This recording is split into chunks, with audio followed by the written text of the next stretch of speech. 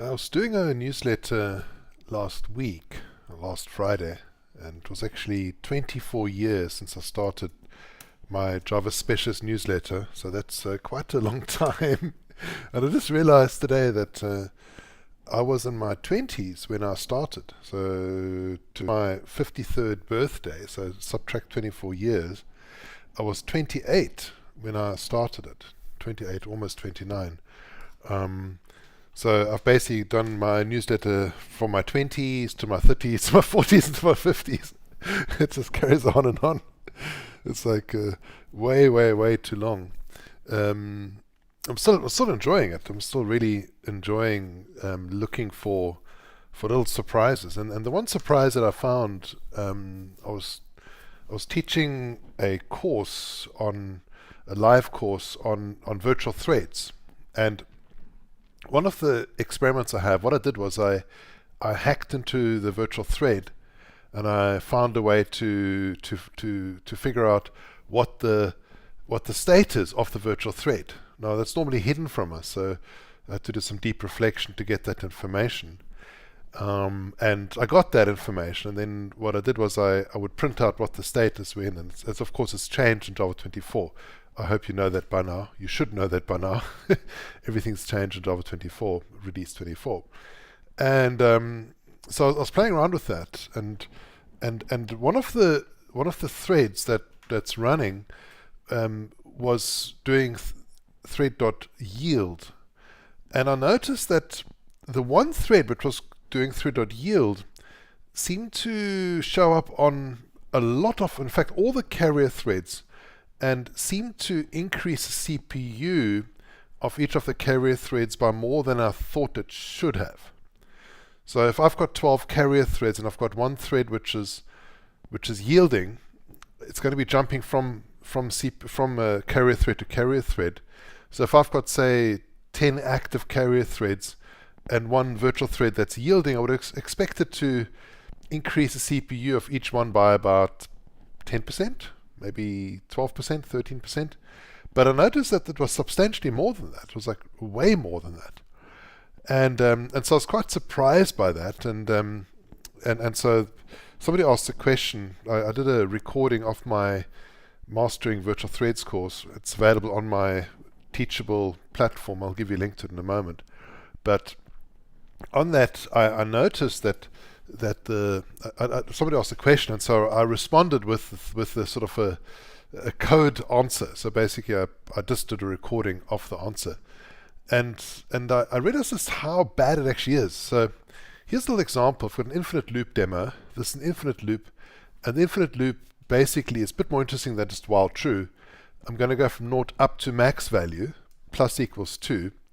And of course, that's never going to end because max value is 2 to the power of 31 minus 1. So it's not even.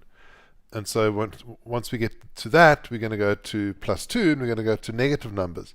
So this is an infinite loop that will never end. And if I start, for example, a number of virtual threads, over here I'm going to make virtual threads number of processes times 2. What have I done now? Oh, processes times 2. Then what's going to happen is we're going to have all these threads running, and these, so the virtual thread's going to be running, but I've only got available processes carrier threads. So only I've got 12 cores, so I'm going to have 12 carrier threads executing these threads, and the other 12 virtual threads are going to be waiting to be executed. So that's how I do it if I don't have yield.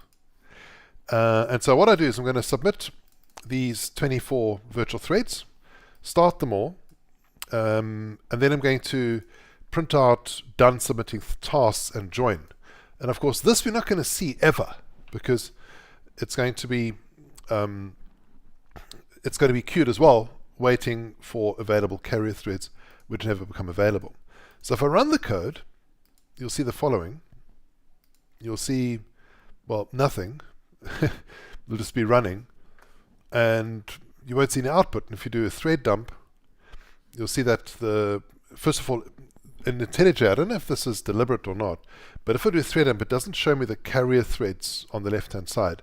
It does dump them on the right-hand side, though. So I don't know if it's just a mistake in IntelliJ or if it's deliberate. But they say what's going on. They say that we are carrying thread number 38, virtual thread 38, 39, and so on. And if I want to see what that's doing, I'll have to go and actually now do a detailed thread dump and look at what those threads are doing. So that's running, but the interesting thing is you don't see that output. And if I yield, what's going to happen is after every increment, it's going to take the virtual threads off the carrier thread, unmounted, put it into the yielding state. Well, yielding state will try to unmount it.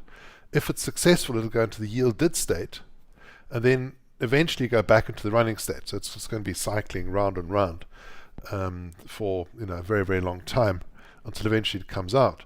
And then it'll be scheduled again. But that means that I can actually have a lot of virtual threads running at the same time, supposedly. And that also means that these 24 threads will take their turn on the 12 carrier threads, and this one here will also get a chance to execute. So let's do that. Let's change it to Thread.yield. If I run it now, you'll notice that the output appears immediately, done submitting tasks. And so this is sort of a mechanism we could use in order to my mother-in-law's trying to phone me. I have to phone her back in a moment. I'm on a live stream. She's trying to wish me happy birthday, which I really appreciate, but I'll talk in a moment. So you can see that now the 24 virtual threads are being scheduled, plus this other virtual thread also got scheduled. So you can see done submitting tasks. But what's the cost? That's the question. What's the cost?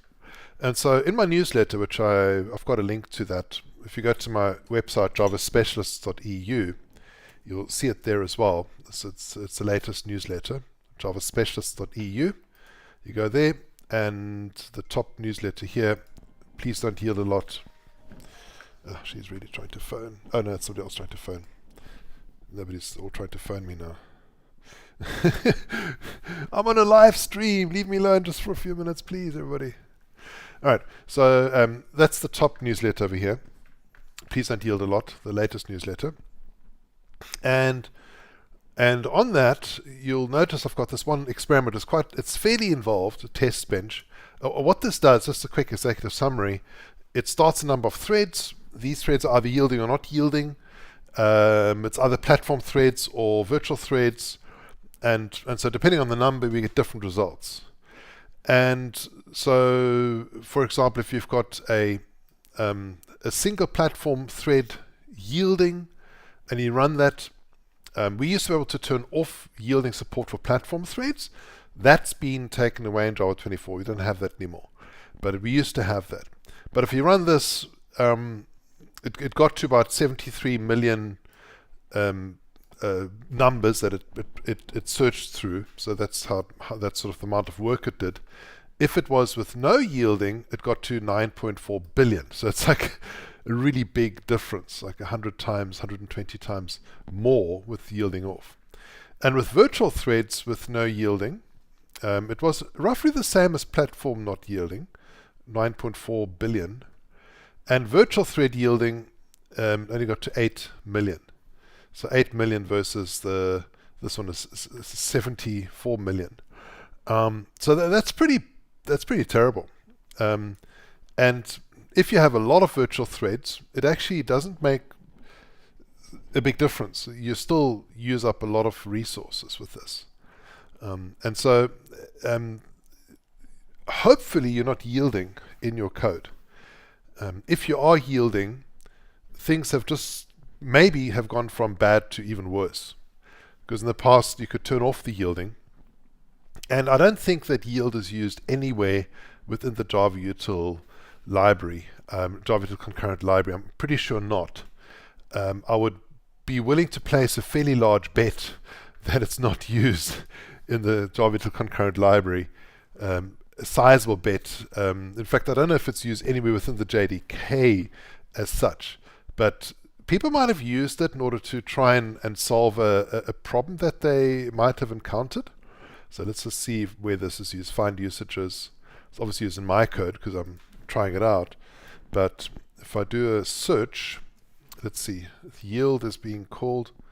Oh, it is called in future task. Okay. Priority blocking queue. Okay. I didn't realize that. Where is it used? It's actually is being used. Look at that. So I must take back my words there. I shouldn't have placed. I'm glad I didn't place a real bet.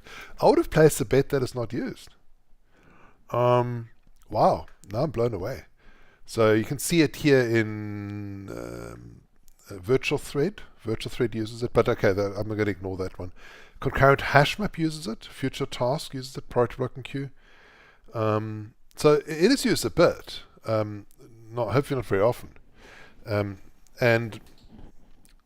the problem is only if you like looping with it. If you're doing it a lot. If you're doing it occasionally, it'll still be fine. But if you're doing it a lot, then you're going to possibly see some really, really poor performance. So there we go. It's used in priority blocking queue, in Polar. Where's Polar? It's Java Nio, I think it is.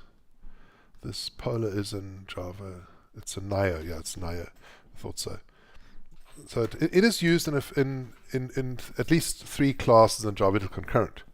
So one of the things that I've been doing, and I'm going to continue with this, is I've got this teardown class where I look at the Java concurrent classes in microscopic detail. Probably in detail that no one's ever recorded before. I'm sure people have looked at it with more detail than me, but I'm going to record it and actually publish it. And I've done a couple of these already, and they're all in a bundle now. So I've got this bundle which is called the Java Concurrency Aficionados 2024, and that's on special at 30% off until today. So another 12 hours today. And then it'll be the normal price. Even the normal price is a great deal, but this is a really great deal. What it consists of my Mastering Virtual Threads course and my Mastering Platform Threads course. So this is these two, Platform Threads and Virtual Threads. And I always recommend you do the Platform Threads first, and then you do the Virtual Threads course. And these are brand. I've just recorded them, like in November this month, 2024, and then I also have this teardown of the arrow blocking queue and of the copy and write array list and array set. And each of these, it's like very detailed, 4 hours each, approximately, where you'll really see how things work here and why they're done in certain ways. For example, the array blocking queue. The copy and write array list. The array blocking queue. Why do they use percentage and not mod? Not ampersand. Why are they doing that? Why are they doing mod and not ampersand, for example? And so that'll explain that. So lots of little, really really nice goodies in there. And if you look at the price, normal price is $4.99 excluding taxes. 30% off. This gives you just under $3.50. And if you go to my website javaspecialists.eu/courses/Black Friday, or you just click on this banner, our offers, you'll see it. But that's only going to be there for another 12 hours. Then that's going to be gone. So that's a really great deal. That Concurrency Aficionados 2024. The teardown classes are not new. They're like from 2021, but I've checked and the classes are still the same. So nothing's changed of significance. So it's still very relevant. But the other ones are the Mastering Platform Threads and Mastering Virtual Threads are brand new. And then I've got the Java Specialist Super Pack, again 30% off. So that's your and also if you get that, you'll get a free upgrade to the 25 Super Pack. And with the Super Pack, I've got another option where you can pay it over 15 months. It's a payment plan, so it's not a subscription. which means if you buy it, you do need to finish paying it. So you can't like go 1 month and then cancel. And you need to commit to 15 months. But that gets it to you for less than $100 a month. So I think it's like $94.50 or something like that. Again, excluding local taxes at whatever your government wants to add on top of that. And I've got some other one as well. I've got a software artist pack, which has things like design patterns and I think refactoring and things like that in there, which is quite fun as well. It has the data structures course, refactoring to streams. Also, some of them are newer than others, but all very, very nice material as well. And some other courses here as well, Java 17, Java 11, and so on. So that's my special, the Black Friday special. And if you miss it, well, I usually have another special round about April, May. So you can jump onto that, wait for that, or just pay the extra price if you miss it. It's just too bad. But normally this year I didn't do it. This year didn't have a special in April, May, but usually I do have a special in April, May, and so. But if you can, get it now. So if you've got any budget left, get it now. And also, I mentioned this to some other people. If you do have a bulk, like 10 students, for example, for your company, then I'm very happy to extend that offer for you, so you can get all your admin sorted out for that. So I'll extend it probably for a couple of weeks, but only for bulk. So if you have like 10 or more licenses, I'm happy to extend it. But yeah, so I hope you enjoyed this. I hope you learned something new. I actually learned something new.